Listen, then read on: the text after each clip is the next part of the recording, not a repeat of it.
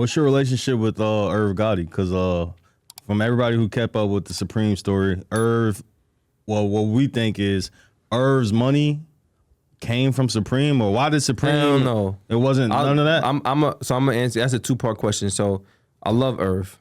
That's home team. That's family. Irv is amazing. Like, he's a musical genius. He's into films now. Like, that's my guy. I'm riding with him against anybody from me because why wouldn't I? That's family.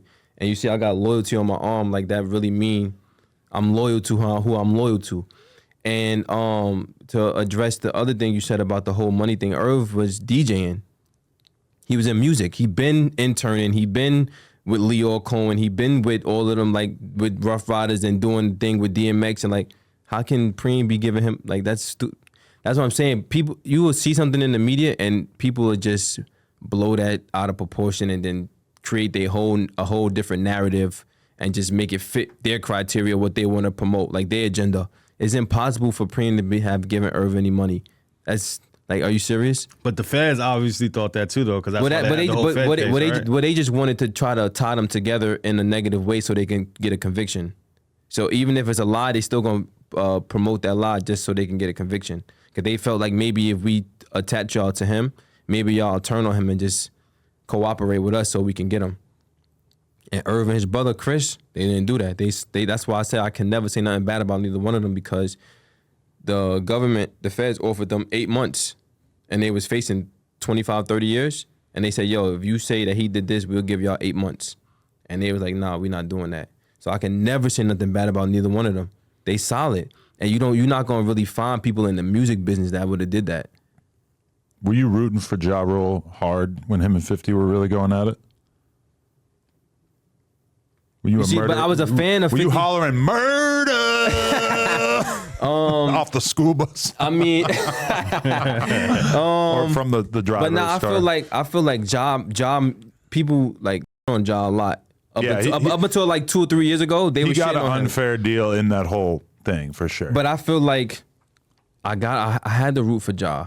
Ja go up against anybody, I got to root for Ja. That's home team. I would look crazy if I didn't root for the home team. Who am I? I'm not true to myself if I go against the home foundation. So when they was going at it, I just felt like if he didn't address 50, maybe it would have turned out differently for him. But I feel like everything happened for a reason, and now I feel like Ja's being celebrated more, like of the last maybe 2 or 3 years. Like he did the verses with Fat Joe. You know, Ja's still doing tours. He's doing shows. He has a wine company now. He's back in film. Like he does a whole bunch of different stuff. So I don't really feel like, it just sounds cool and funny to say, yo, 50 murdered that nigga. Like it just sounds cool to say that, but he really didn't though. Because even though that whole trial was going on with Murder Inc., then the label thing was going on. So like, people never talk about that part. They only talk about, yo, 50 murdered that nigga. And this is the thing, is that I was one of those kids at the time because I was a 50 Cent super fan, G-Unit super fan.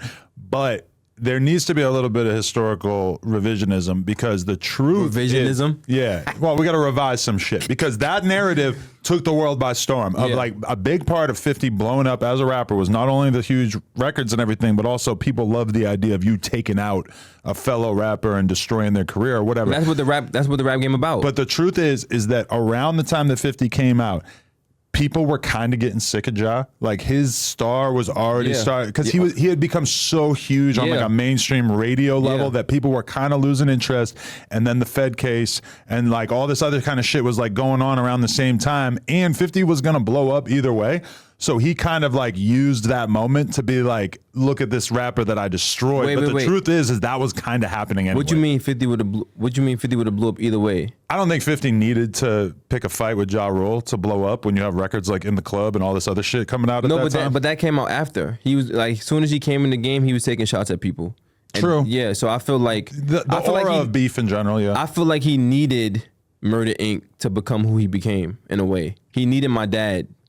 Maybe. I feel like to a certain extent, though, the music would have done it anyway, and the Dr. Dre co-sign and the Eminem shit and everything, you know? You can't never dispute the Dr. Dre co-sign. Yeah, but definitely it made him appear to be like a more solid gangster-ass dude. The fact that he got shot and survived, and I heard you in one interview saying that you think that he exaggerated how many times he got shot, which I don't know if that's true, but I definitely believe it's a possibility, because he used it for marketing.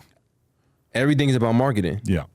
And who, like, nobody never gonna see him in person and ask him, yo, let me see your bullet holes. So, I mean, he could have got shot one time and said, you feel me? People do that.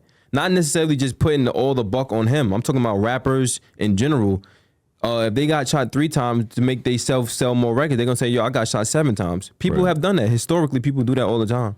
So, I mean, who are we to confirm or deny what happened? But if you really want to think about how fucked up rap is, think about the fact that it used to be that if a rapper got shot, that was enough for their whole next album, etc. Like that made you gangster. That was the rollout. Now, if you get shot, nobody even really cares, and you basically have to be like a killer or an ex-killer in order to get like that kind of interest. Or from go people. to jail and beat your case and come home. Right. Yeah, something like, yeah. But it's crazy that you gotta go to jail or shoot somebody or kill people to be like sell records. People don't care about the music anymore. It's not just about the art. It's about what comes with it. I mean, Lil TJ got shot a whole shitload of times, and it's not like he turned into 50 Cent where everybody was like, oh my God, he's so gangster or whatever. But then, I feel like getting shot now is more normalized than it was back then. Totally, yeah. You feel me? Which is wild. Which is crazy because Biggie and Tupac happened. They actually died from that. So you would think that it was worse back then, but I think that it's normal now. Like, oh, he got shot. Okay, did he die? Okay, all right, whatever. That's nothing. Right, people move on. Yeah, move on in 3 days. Yeah, it's crazy how things change, right? We just hit 600,000 subscribers on the Clips channel right here. We're trying to get to 700, so you know what to do. Smack that red button and subscribe. Appreciate you.